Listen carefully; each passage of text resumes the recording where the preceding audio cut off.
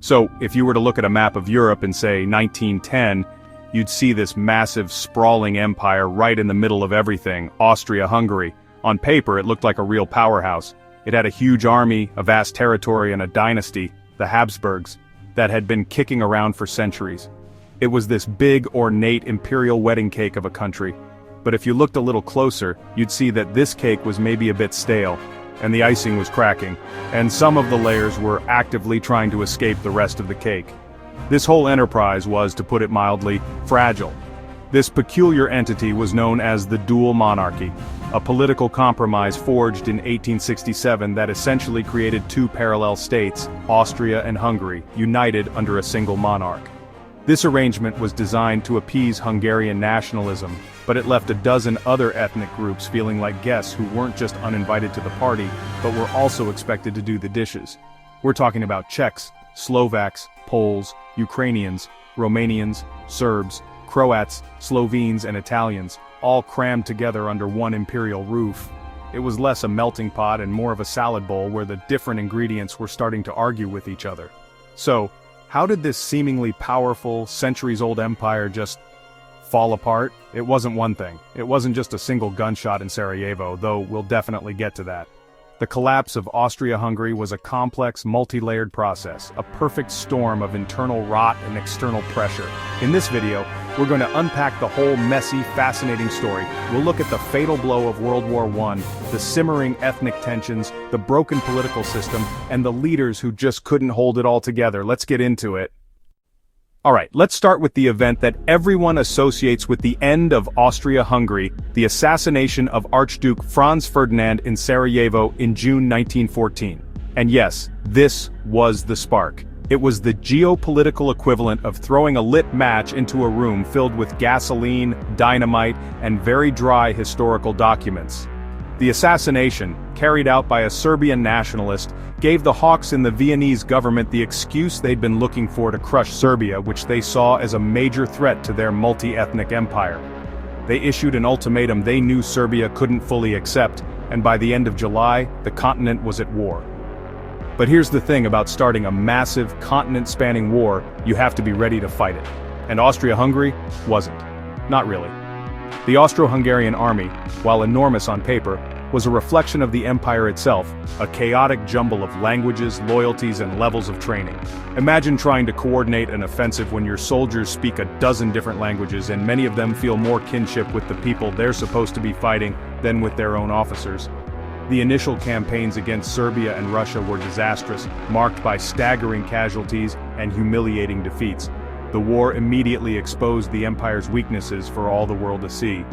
These early failures had a critical consequence: Austria-Hungary became utterly dependent on its more powerful ally, Germany. German generals increasingly took command of Austro-Hungarian forces. German resources propped up the failing war effort, and Viennese politicians essentially became junior partners to Berlin. This wasn't a partnership of equals, it was a relationship of desperation. The empire had surrendered much of its sovereignty just to stay in the fight. The war that was supposed to reassert its great power status was, paradoxically, stripping it away piece by piece. So while the assassination of Franz Ferdinand lit the fuse, the war itself was the explosion that shattered the empire's foundations. It drained its manpower, wrecked its economy, and fatally undermined its authority. Every problem that had been simmering beneath the surface: ethnic divisions, political paralysis, economic fragility, was now boiling over because of the immense, relentless pressure of total war. The conflict that was meant to save the Habsburg monarchy would, in the end, be the very thing that guaranteed its destruction. It was a gamble for survival that ended up being a suicide note. To really understand why Austria-Hungary was so fragile, we have to go back to that salad bowl analogy. The empire wasn't a nation-state like France or Germany, it was a state of many nations. The ruling Austrians, who were ethnically German, and the Hungarians, or Magyars, made up less than half of the total population. The other half was a vibrant and increasingly restless mix of Slavic peoples: Czechs, Poles, Slovaks, Ukrainians, Serbs, Croats, Slovenes, as well as Romanians and Italians. For centuries, the Habsburgs had managed this diversity through a classic imperial strategy of divide and rule, but by the late 19th and early 20th centuries that strategy was failing. The powerful wave of nationalism sweeping across Europe didn't just stop at the borders of the empire. Inside, each of these groups was developing its own national consciousness, its own literary and political culture, and its own dreams of self-governance. The Czechs in Bohemia wanted autonomy. The Poles in Galicia dreamed of a restored Poland. And the South Slavs, the Serbs, Croats, and Slovenes, were increasingly drawn to the idea of a unified Yugoslav state, inspired by the independent kingdom of Serbia next door. The 1867 compromise that created the dual monarchy only made things worse, as it satisfied the Hungarians, but left all the other groups feeling even more marginalized. When World War I broke out, this internal friction became an existential military threat. How can you expect a Czech soldier to fight enthusiastically for a German-speaking officer against his Slavic brothers in the Russian army? How can you expect a Serbian subject of the empire to fire on soldiers from the Kingdom of Serbia? You can't. Not really. From the very beginning of the war, the army was plagued by desertions. Entire units, particularly those made up of Czechs and South Slavs, surrendered to the enemy en masse. Some even switched sides, forming legions to fight against their former imperial masters.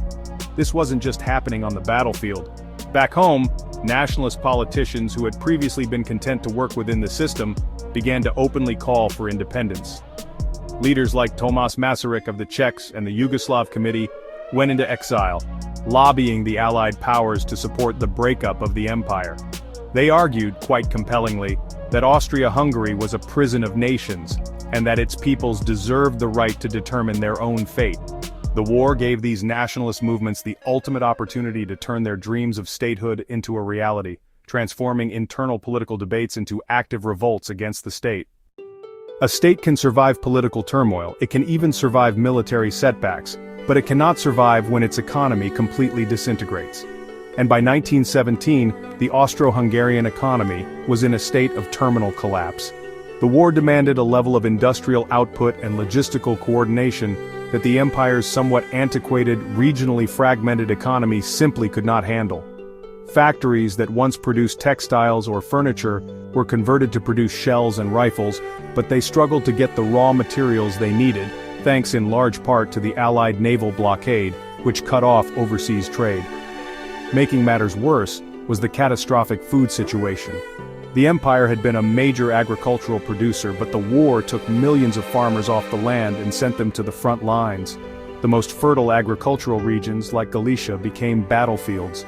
The Hungarian part of the empire, which controlled much of the best farmland, often hoarded its grain, refusing to send adequate supplies to the Austrian half.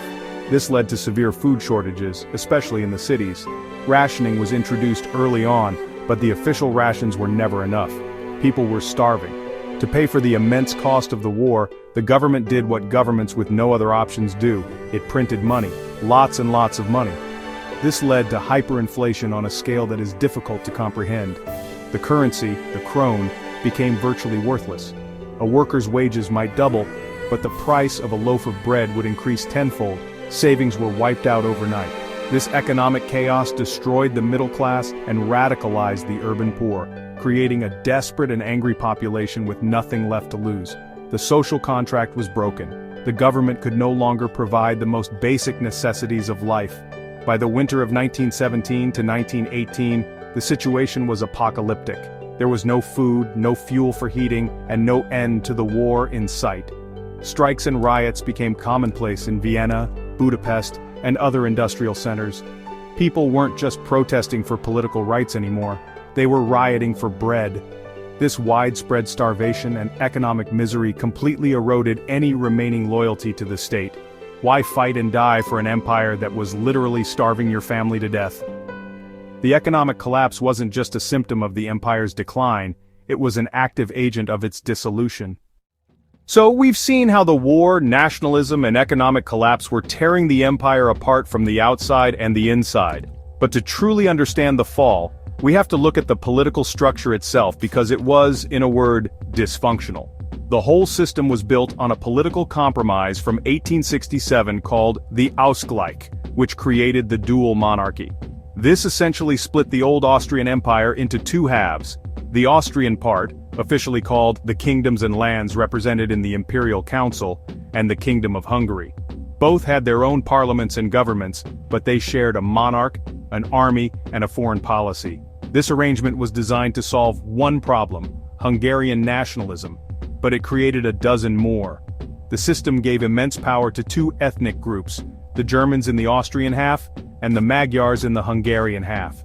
These two groups then proceeded to dominate and suppress the political aspirations of all the other nationalities within their respective territories.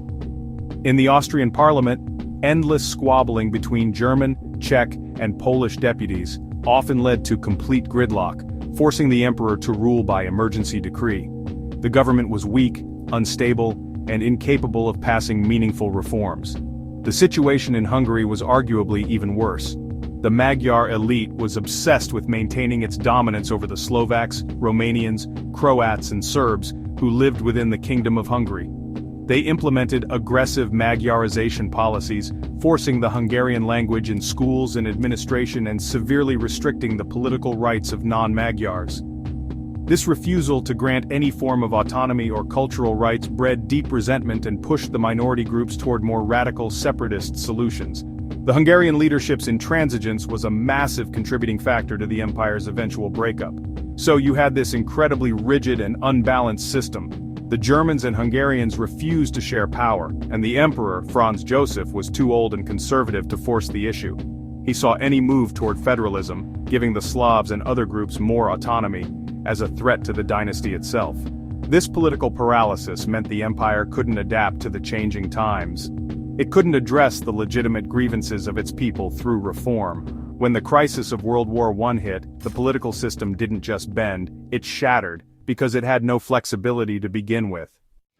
As the war dragged on into its final year, a new and powerful idea arrived on the world stage, an idea that would act as a philosophical accelerant for the empire's collapse. This idea came from an unlikely source, an American president, Woodrow Wilson. In January 1918, Wilson delivered a speech outlining his vision for a post-war world, a set of principles that became known as the 14 Points.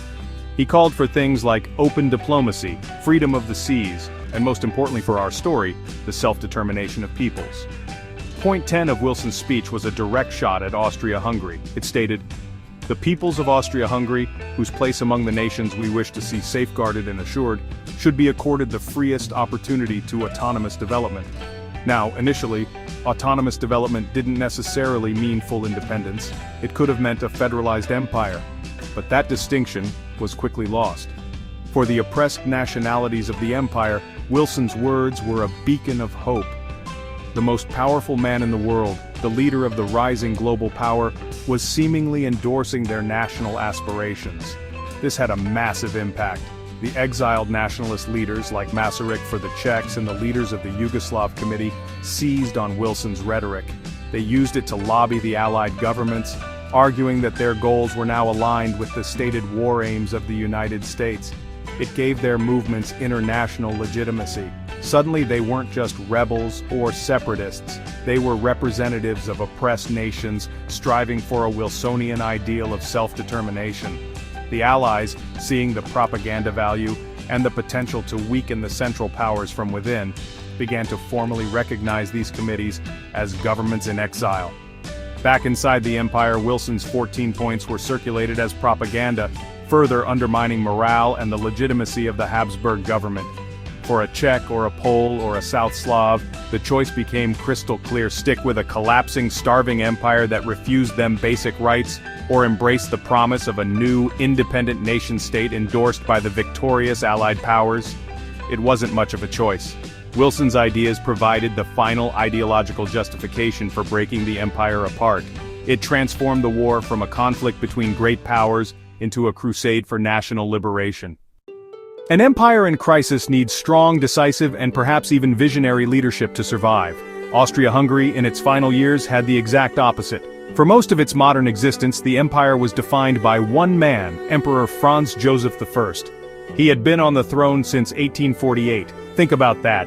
He was emperor during the American Civil War, during the unification of Germany, during the entire Victorian era. He was less a man and more of an institution, a symbol of stability and tradition. But his greatest strength, his longevity, was also his greatest weakness. By the time World War I began, Franz Joseph was 84 years old. He was deeply conservative, resistant to change, and exhausted by a long life filled with personal tragedy. He was the glue that held the creaking empire together, but he was old, brittle glue. He was utterly incapable of imagining a different kind of empire, one that could accommodate the nationalist desires of its people through federalism or significant reform. His response to every crisis was to double down on tradition and centralized authority, which was precisely the wrong approach. Then in November 1916, in the middle of the war, he died. His successor was his grandnephew, Charles I. Charles was a young, well-intentioned, and deeply Catholic man who, unlike his predecessor, genuinely wanted peace and reform. He immediately opened secret peace negotiations with the Allies, the so-called Sixtus Affair, and he tried to push through political reforms that would grant more autonomy to the empire's various nationalities. But it was too little, too late. His peace attempts were clumsy, and when revealed, they infuriated his German allies while making him look weak and untrustworthy to the Entente. Furthermore, his attempts at domestic reform were blocked at every turn. The German and Hungarian elites, who still held all the real power in their respective parliaments, refused to give up their privileged positions. They saw Charles's plans for federalization as a betrayal that would destroy the dualist system they benefited from. Charles was a man with good intentions trapped in an impossible situation. He had neither the political skill nor the institutional power to force through the radical changes needed to save the empire.